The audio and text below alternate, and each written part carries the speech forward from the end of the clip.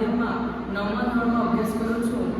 આજે વિનોબા ભાવેનો જન્મ જયંતિ હોવાના કારણે હું તમને વિનોબા ભાવે વિશે જણાવવા માંગુ છું. વિનોબા ભાવેનું પૂરું નામ વિનાયકરાવ નરેન્દ્ર ભાવે હતું. તેમનો જન્મ મહારાષ્ટ્રના રાયગઢ જિલ્લાના બોગાદા ગામમાં થયો હતો.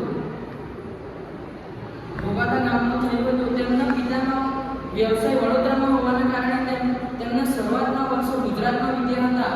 ત્યારબાદ તેમણે ગાંધીજી સાથે સ્વતંત્રતાની લડાઈમાં અને તેમણે ગૃહત્યાગ કર્યો હોવાના કારણે ફરીથી ગુજરાતમાં વ્યવસાય કરવાનો આવ્યો અને ગુજરાતમાં વસવાટ કરવાનો આવ્યો.